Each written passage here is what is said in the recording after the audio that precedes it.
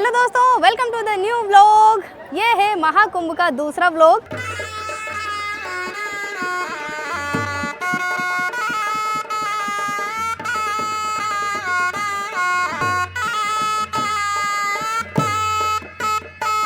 बड़े हनुमान जी का यहाँ पर एक मंदिर है प्रयागराज में। ये जो त्रिवेणी संगम है इसी के कुछ ही दूरी पर वो मंदिर बना हुआ है, जहाँ पर दर्शन करने के बाद में यहाँ का तीर्थ पूरा माना जाता है। काफ़ी ज़्यादा लोगों ने डुबकी लगा ली है क्योंकि अब बज चुके हैं 2। सुबह से यहाँ पे लोग आए हुए थे और लाखों की संख्या में अभी यहाँ पर श्रद्धालु मौजूद हैं। बहुत अच्छी व्यवस्थाएँ हैं यहाँ पे। तो चलते हैं इस महाकुंभ का आनंद उठाते हैं।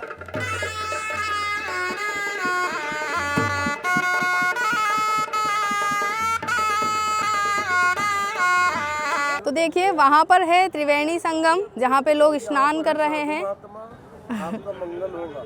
Thank you. यहाँ पर खुला एरिया है जहाँ पे श्रद्धालु लोग रेस्ट कर सकते हैं, अपना जो भी साथ में बिस्तर वगैरह लेके आए हैं वो बिछा के यहाँ पर रिलैक्स कर सकते हैं। इतना सारा यहाँ पे खाली एरिया है। वहाँ पर जो है बैरिकेडिंग की हुई है जिससे सेपरेटली लोग आ जा सकते हैं। और पास में यहाँ पे प्रसाद वगैरह के लिए छोटी छोटी दुकानें हैं और तरह तरह का यहाँ पे सिंदूर भी मिल रहा है। इस कुंभ परिसर में एक चीज़ मिल रही है जिसका नाम है कंदमूल। देखिए यहाँ पे बोर्ड भी लगा हुआ है, श्री राम कंदमूल इसका नाम है। कहते हैं कि जब राम भगवान 14 वर्ष के वनवास में थे तो उन्होंने यही कंदमूल खाया था। भैया कितने का है ये? 20 के 6 पीस। एक प्लेट दे दो। ये ओनली 20 रुपीज़ का है जिसमें 6 पीस आते हैं। मैं खा के आपको बताऊँगी कि कैसा लगता है ये। तो इस तरह का होता है ये कंदमूल, जो 6 पीस मुझे मिले हैं 20 रुपीज़ में। मीठा लग रहा है, बहुत ज़्यादा मीठा लग रहा है, पाइनएप्पल जैसा। तो ये जो है ये एक पूरा फ्रूट है, ये इसी से काट के छोटे छोटे पीस निकाले हैं। जय शिव श्याम राधे, जय शिव श्याम राधे, राधे राधे बोलो रे, राधे राधे बोलो रे, जय शिव श्याम राधे। अब यहाँ देखिए खाने पीने का एक अक्स रेस्टोरेंट है जिसपे काफ़ी सारी वैरायटी में खाना वगैरह मिल रहा है। चावल भात और पूड़ी वगैरह सब चीज़ें यहाँ पे अवेलेबल है। इनके अलावा छोटे छोटे स्टॉल भी लगे हुए हैं जहाँ पे कचौरी और छोले भटूरे, पूड़ी और छोला चावल वगैरह ये सब मिल रहा है। एक सड़क को पार करते हुए अभी हम आ गए हैं मेन रोड पे। ये जाएंगे स्ट्रेट और उसके बाद में राइट लेंगे तो हनुमान जी का मंदिर आ जाएगा। और यहाँ से देखिए परकोटा दिख रहा है मंदिर का दूर से। बहुत ही भव्य मंदिर है, बहुत बड़ा मंदिर है। तो इस पूरे कुंभ क्षेत्र से उस मंदिर का व्यू हम देख सकते हैं। यहाँ से दिख रहा है तो थोड़ा सा ही दूर है, करीब यहाँ से 150 मीटर की दूरी पर मंदिर है। यहाँ छोटी छोटी कुटिया बनी हुई है लकड़ियों की। और दर्शन करने के बाद में थोड़ा टाइम रहेगा तो हम अखाड़ा वगैरह भी विजिट करेंगे। दोस्तों जैसा कि आपको पता है कि उत्तर प्रदेश का एक नया जिला बना है और इसका नाम है महाकुंभ मेला क्षेत्र। इसको अस्थायी जिला घोषित किया गया है। ये 40 दिनों के लिए बनाया गया है। तो जैसा कि एक शहर में पूरी व्यवस्थाएं होती है, वो सारी व्यवस्थाएं इस मेला क्षेत्र में देखने को मिल रही है। जैसे कि पुलिस स्टेशन है, लाइट हाउस है, विधिक सेवा केंद्र है, सारी चीज़ें यहाँ पे अवेलेबल है। लोगों को जो भी ज़रूरत पड़ रही है वो जाके अपना काम तुरंत करवा सकते हैं। यहाँ पर देखिए एक नागा बाबा बैठे हुए हैं, आइए उनके दर्शन करते हैं हम। बड़े हनुमान जी के दर्शन के लिए मैं पहुँच चुकी हूँ। ये मंदिर का मेन दरवाज़ा है। अब देखो मंदिर को और भी अच्छा बना दिया है। दीवारों पर जो है राम जी, हनुमान जी की पेंटिंग लगी हुई है। अब यहाँ पे भीड़ आप देख लीजिए कि अभी दर्शन करने के लिए लोगों की कितनी सारी भीड़ लगी हुई है। ये लाइन यहाँ से शुरू हो रही है और वहाँ तक आगे जाके घूमने के बाद में जो ये मेन दरवाज़ा है उससे एंट्री हो रही है दर्शन के लिए। इतने सारे लोग अभी यहाँ पर दर्शन करने के लिए आए हुए हैं।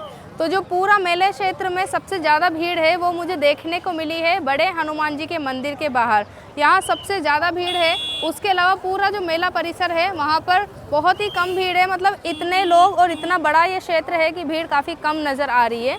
लेकिन यहाँ पे आप देख सकते हैं कितनी सारी भीड़ है। तो दोस्तों मेला परिसर में प्रशासन ने लोगों का इतना ध्यान रखा है कि चलते चलते अगर आपका मोबाइल डिस्चार्ज हो जाता है तो आप उसे भी चार्ज कर सकते हैं। यहाँ पे चार्जिंग पोर्ट लगाए हुए हैं। एक तरफ में 15 पोर्ट है और 15 पोर्ट उस तरफ है, यानी कि 30 मोबाइल एक ही टाइम पे यहाँ पे चार्ज हो सकते हैं। लोगों ने अपने मोबाइल लगाए हुए भी हैं यहाँ पे चार्जिंग करने के लिए। और ये फ्री सुविधा है, इसके लिए कोई आपको पैसा नहीं देना है। आसपास में यहाँ पे चाय की दुकानें हैं, बढ़िया यहाँ पे खड़े होके चाय पियो और अपने फ़ोन का ध्यान रखो। ये बिहार के स्पेशल चाय बनाने वाले हैं जो हांडी में चाय बना रहे हैं। 20 मिनट हो गए हैं, हम चाय का वेट कर रहे हैं। तो यहाँ से अभी हम चाय पियेंगे और चारों तरफ बहुत ही सुकून शांति है। चलते चलते इतनी थकान हो गई है कि हमने यहाँ पे चटाई बिछा के थोड़ी देर रेस्ट किया और भाई तो बस सो ही गया है, रेस्ट कर रहा है आराम से। ये है सुकून वाली नींद। इसके बाद हम आगे जाएंगे और वहाँ पे जो है अखाड़ा वगैरह जितने भी संत वगैरह हैं हम उनसे मिलने की कोशिश करेंगे। जो सूर्य देवता हैं उनके दर्शन आप कर लीजिए। शाम के 4 बज गए हैं, अब शाम होने वाली है। देखो एक चाय के लिए मुझे कितनी मशक्क़त करनी पड़ी है। पहले मैंने यहाँ पे कुल्हड़ वाली चाय के लिए ऑर्डर किया तो उन्होंने बोला कि 10-15 मिनट लगेंगे, तो मुझे लगा ये काफ़ी ज़्यादा टाइम लग जाएगा, इससे अच्छा है कि हम और एक्सप्लोर करेंगे। उसके बाद में पीछे वहाँ पर एक खड़ी है, वहाँ पे गई चाय के लिए, लेकिन वहाँ पे चाय बनाते बनाते दूध ही फट गया। तो फाइनली हमें वापस यहीं आना पड़ा। जो 10-15 मिनट दिए थे उसके बाद मेरे पास में ये कुल्हड़ वाली चाय आ गई है। ये चाय हांडी में बनी हुई है, किसी बर्तन में नहीं बनी है। स्टील या एल्यूमिनियम का जो बर्तन होता है उसके अलावा इसको बनाया गया है हांडी में। बहुत ही टेस्टी और एकदम कड़क चाय है। सीरियसली ये बिहार वालों की टपरी लगी हुई है यहाँ पे।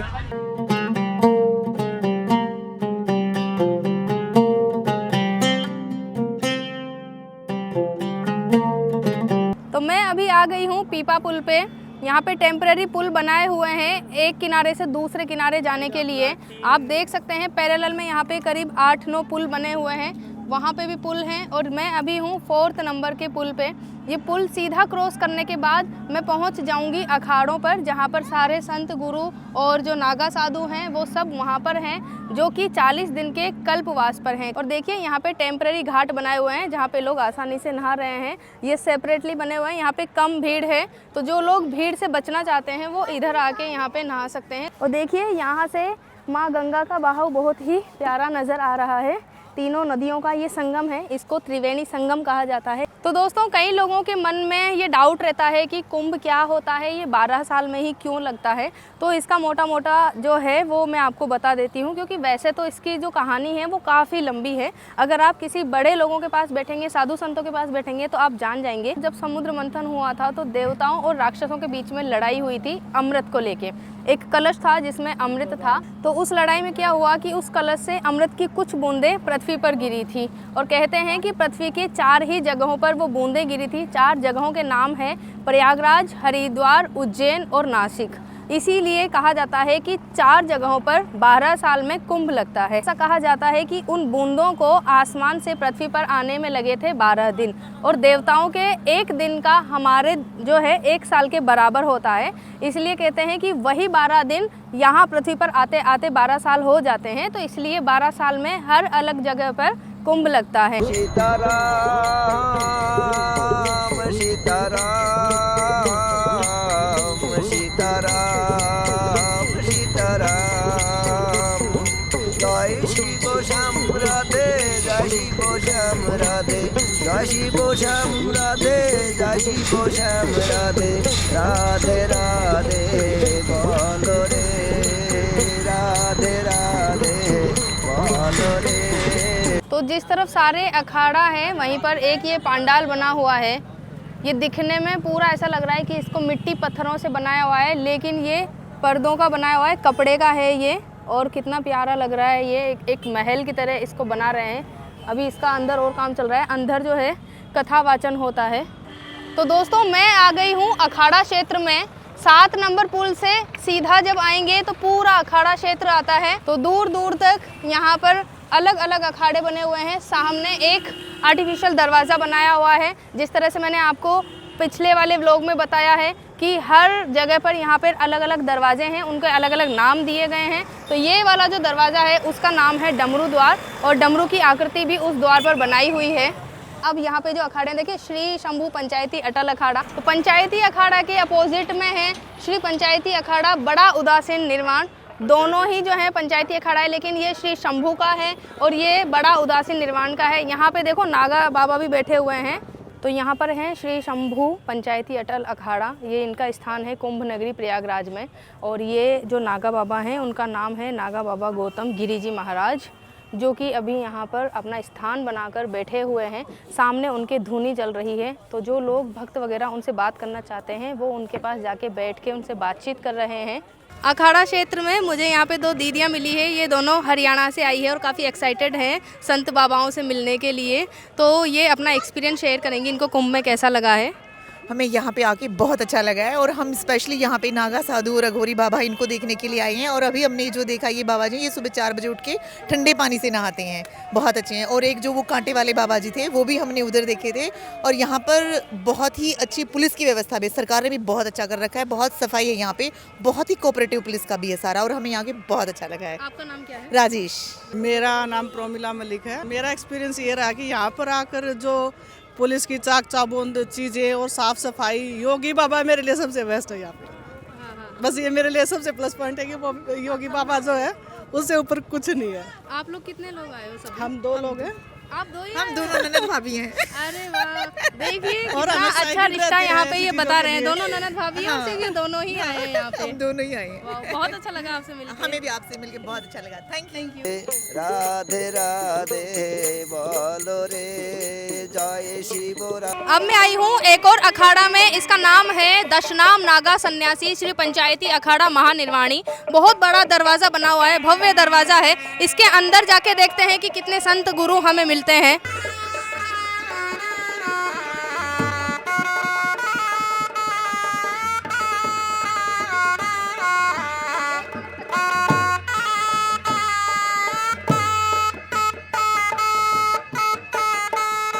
श्याम राधे जय शिव श्याम राधे राधे राधे बोलो रे राधे राधे। अब मैं आ गई हूँ पंचायती अखाड़ा निरंजनी में। एक अखाड़ा देखा है हमने जहाँ पे सभी जो संत हैं वो अपनी साधना में लगे हुए हैं।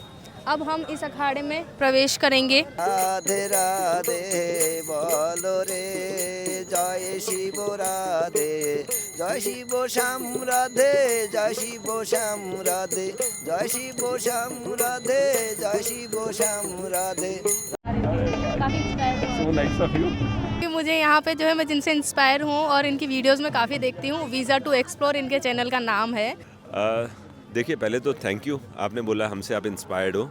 वैसे ऐसा कुछ चीज़ नहीं है बहुत बड़ी। सिर्फ मैं जब भी नए क्रिएटर्स को मिलता हूँ तो उनको यही बोलता हूँ कि ज़्यादा इम्पॉर्टेंट क्या है कि आप ना ऑडियंस के टाइम को बहुत वैल्यू करो। फॉर एग्जांपल आज हर कोई बिजी है, तो वो आप वीडियो जैसे 10-12 मिनट का बनाते हो तो अपने आप को उस पोजीशन में रखो। 12 ज्योतिर्लिंग और अच्छा, 4 धाम कर लिए वेरी हैं। गुड। मैं तो सारे ज्योतिर्लिंग अभी तक विजिट ही नहीं कर सका। आपके वीडियोस देख के मैं थोड़ा समझूंगा और जाऊंगा। कुंभ अगर आप विजिट कर रहे हैं तो आपके पास आइटनरी नहीं होनी चाहिए। आप जैसा मन करे वैसे करिए। फॉर एग्जांपल आप किसी अखाड़े में हैं और आपका मन हो रहा है यहाँ हमको शाम तक रुकना है, तो एंजॉय करिए। बाबा लोग से बात करो, उन लोग के जीवन के बारे में समझो। तो ऐसा करने से क्या होगा ना कि खुद की सोच में बहुत ज़्यादा फ़र्क आ जाएगा।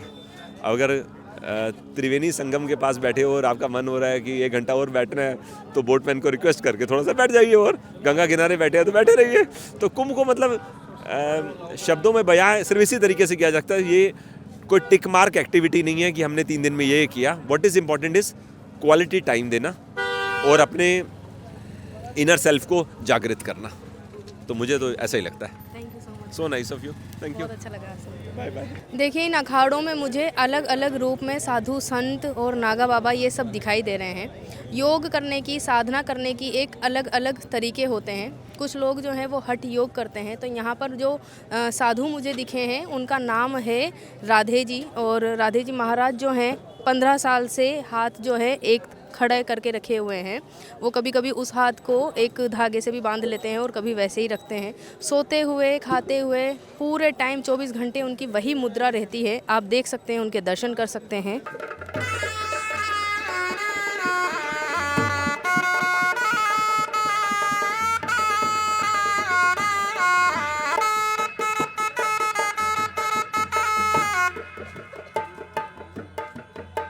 तो दोस्तों, मैं हूं अभी आवान अखाड़े में। तो यहाँ पे जो संत मुझे मिले हैं इनका नाम है महंत गीतानंद गिरी जी। इनकी खास बात ये है कि इन्होंने अपने सर पर 1.25 लाख रुद्राक्ष बांधे हुए हैं। तो इनके दर्शन करते हैं, ये किस तरह के रूप में हमें नज़र आते हैं, आइए देखिए।